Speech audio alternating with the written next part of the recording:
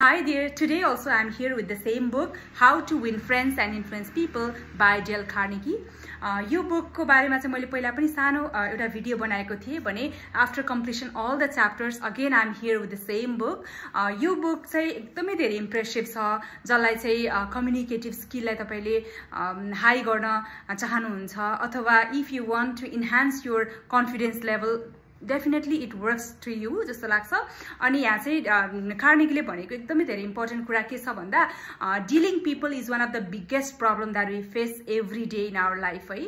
अनि त्यसमा चाहिँ सबैभन्दा महत्त्वपूर्ण कुरा के हुँदो रहेछ भन्दा चाहिँ हामीले स्मल म्याटर्सहरू हुन्छ कति कुराहरूमा चाहिँ रिलेसनसिपमा भनौँ अथवा प्रोफेसनल लाइफमा होला अथवा प्राइभेट लाइफमा होला त्यहाँ चाहिँ सानो सानो कुराहरू कतिको धेरै कुराहरू इग्नोर गरेका हुन्छौँ. त्यसलाई चाहिँ हामीले यदि instead of criticising if start to praise our colleague or friends, whoever, you know, in relationship also, if you start praising instead of criticizing, then it works.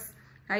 अनि रिलेसनसिपलाई राम्रो गर्नको लागि भनौँ अथवा कुनै पनि कम्पनीलाई अथवा कुनै पनि अर्गनाइजेसनलाई चाहिँ डबल्ड वेमा प्रोडक्टिभिटीलाई हाई गर्नको लागि पनि हामीले चाहिँ यो चाहिँ एकदमै बिगेस्ट फर्मुला हो भन्ने कुरा भनेका छन्. त्यस्तै गरेर अर्को भनेको चाहिँ ब्लेमिङ गर्नु भनेको क्रिटिसाइज गर्नु भनेको चाहिँ just it is all about increasing our enemy भन्ने कुरा छ.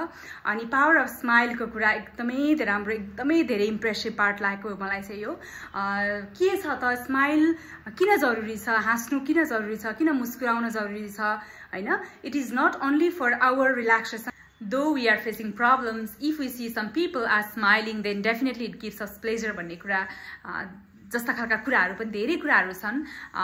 त्यो मात्रै होइन धेरै कुराहरू छ, धेरै कुरा मैले भनेको भन्दा धेरै कुरा छ.